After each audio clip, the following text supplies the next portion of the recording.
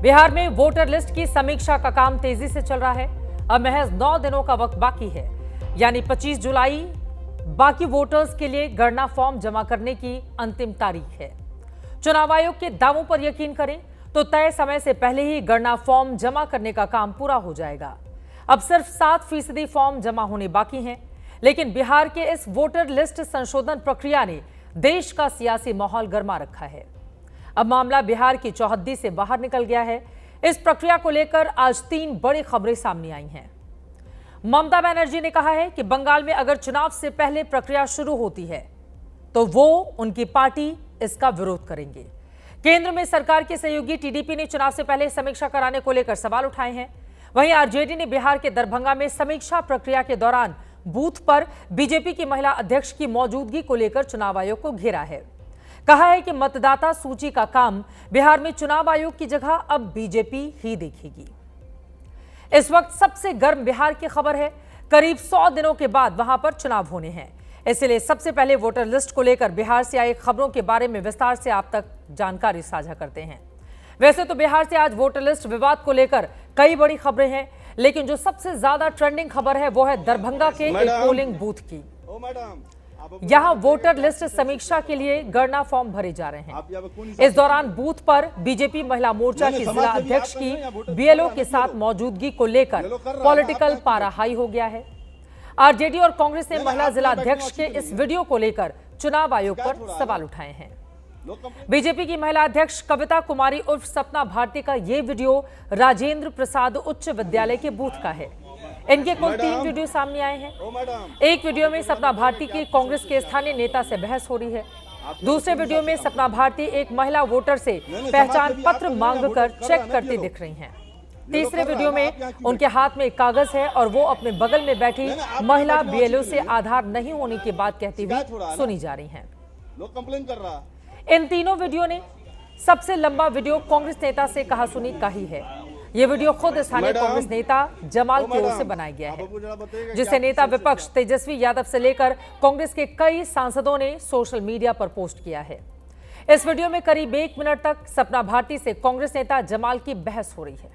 सुनिए। मैडम, ओ मैडम, आप हमको जरा बताइएगा कि आप किस हैसियत से यहाँ पर काम कर रही हैं? आप यहाँ पे कौन हिसाब से काम कर रही हैं? नहीं, समाज सेवी आपका नहीं ना, यहाँ वोटर कर रहा है ना, बीएलओ कर रहा है ना। आप यहाँ क्यों बैठी हुई हैं? नहीं, आपको यहाँ बैठने वाला उचित नहीं है। शिकायत हो रहा है ना, लोग कंप्लेन कर रहा है। भैया यहाँ का बीएलओ कैसे हम पूछे? कहाँ आरजेडी वाला दिखा दीजिए, कहाँ है? ये बिना मतलब की बात। आप क्यों बैठी हुई है? आपको नहीं बैठना चाहिए ना। आप भाजपा की महिला जिला अध्यक्ष, आपको यहाँ नहीं बैठना है। अरे नहीं, आप नहीं बैठिए ना, बीएलओ काम करेगा कि आप कीजिएगा काम?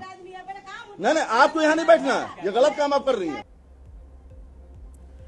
जमाल हसन के दावे के मुताबिक उन्हें वोटरों ने शिकायत की थी, जिसके बाद ये वीडियो अपने मोबाइल में उन्होंने कैद किया। हालांकि बहसबाजी के दौरान सपना भारती क्या कह रही थी उसका ऑडियो साफ नहीं सुनाई दे रहा, क्योंकि ज्यादा तेज आवाज जमाल की ही आ रही है।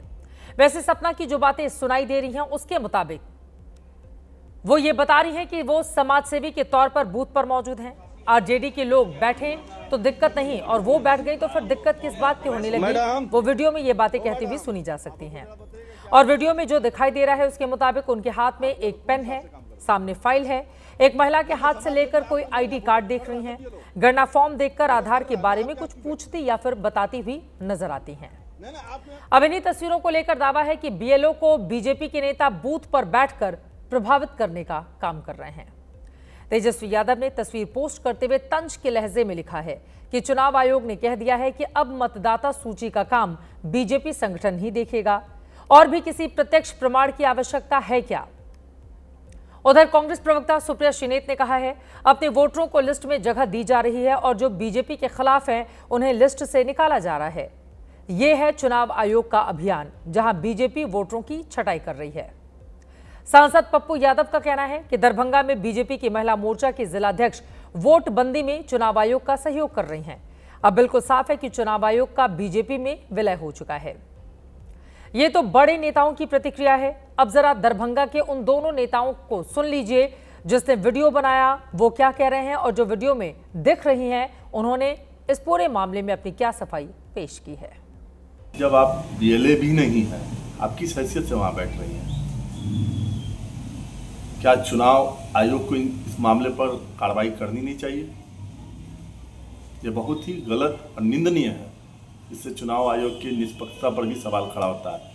हम वहां जा करके अपना सत्यापित करने के लिए गए थे और वहां पे मैंने अपना फॉर्म जमा करके भर के जमा किए थे बीएलओ के पास।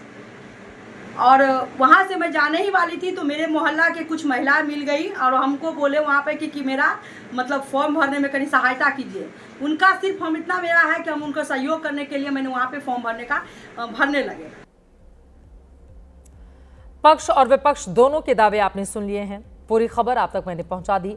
अब इस विवाद पर दरभंगा जिला प्रशासन ने एक बयान जारी किया है। एबीपी न्यूज के पास दरभंगा के कलेक्टर, जो कि जिला निर्वाचन पदाधिकारी भी हैं, उनकी ओर से जारी बयान मौजूद है, जिसके मुताबिक निजी घर नहीं बल्कि राजेंद्र प्रसाद सिंह हाई स्कूल का बूथ का ये पूरा मामला है। जिला प्रशासन का मामले की जांच के बाद ये कहना है कि श्रीमती कविता कुमारी उर्फ श्रीमती सपना भारती का नाम मतदान केंद्र संख्या 156 के क्रमांक 642 पर अंकित है।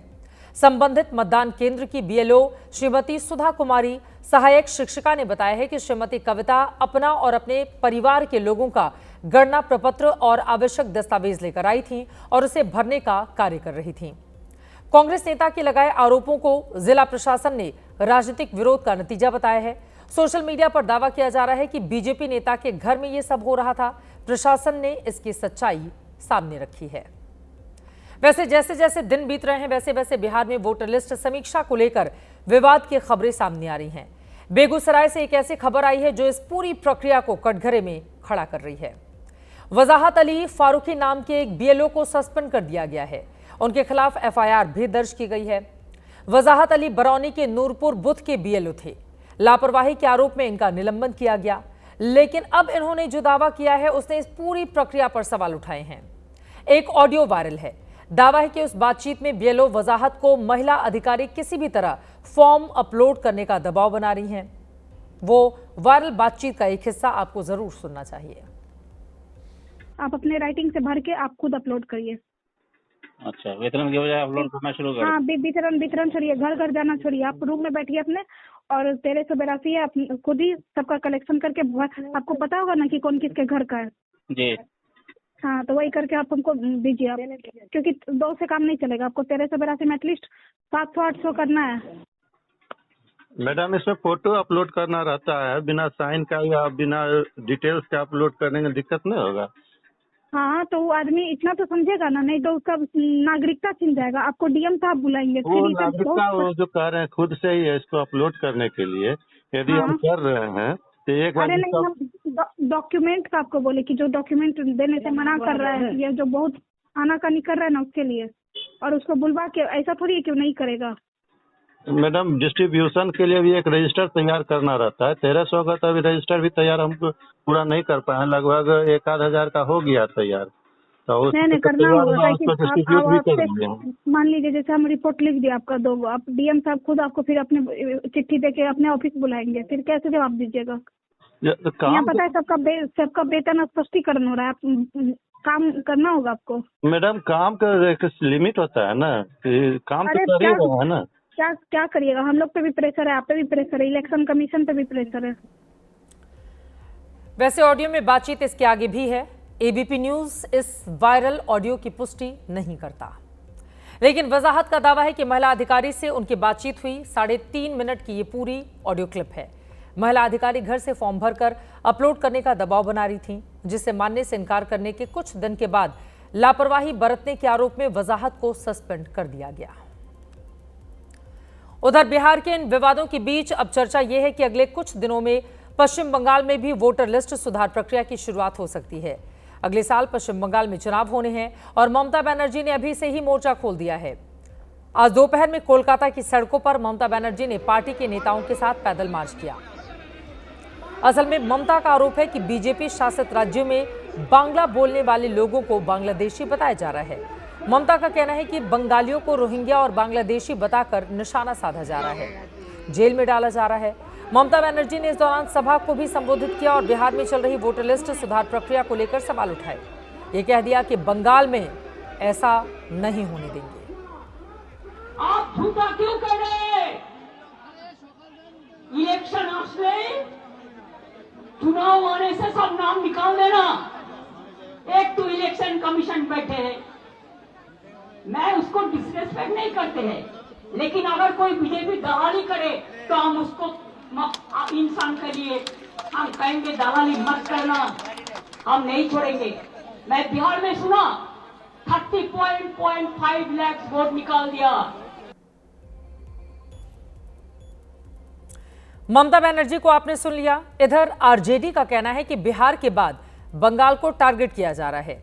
जेडीयू का कहना है कि ये तो प्रक्रिया है, इसमें गलत कुछ भी नहीं। लोकतंत्र को कमजोर करने की साजिश है।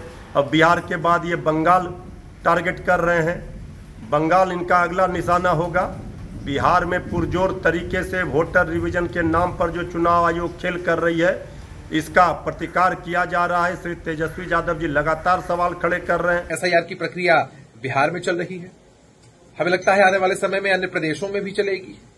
खबरें सामने आ रही है कि बंगाल में भी तैयारी हो रही है। इसमें क्या बहुत अलग है?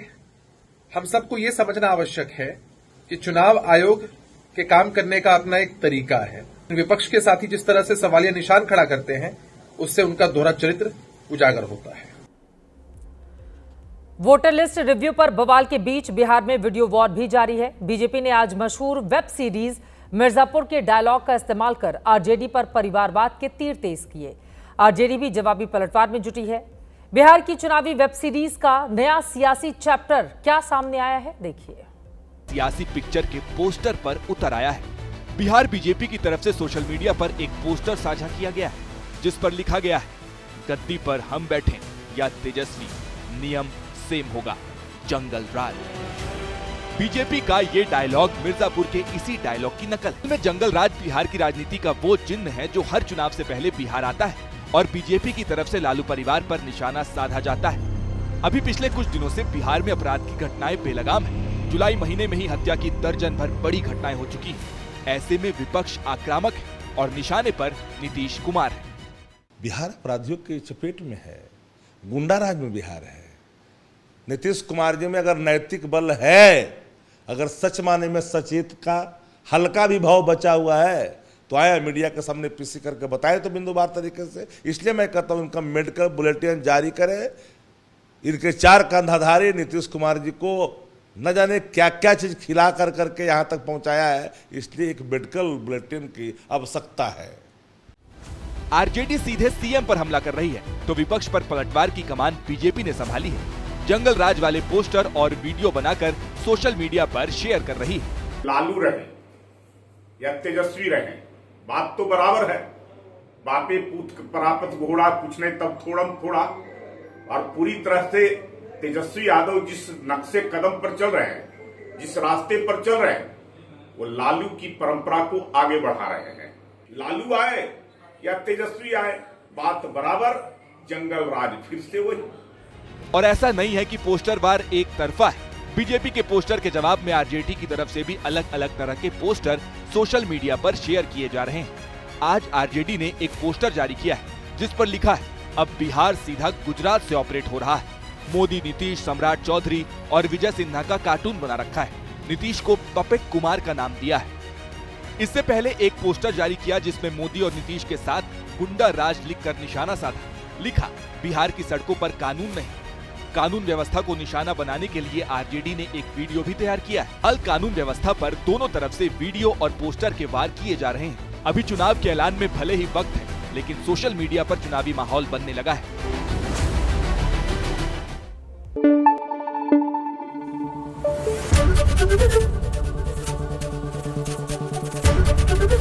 एबीपी न्यूज आपको रखे आगे।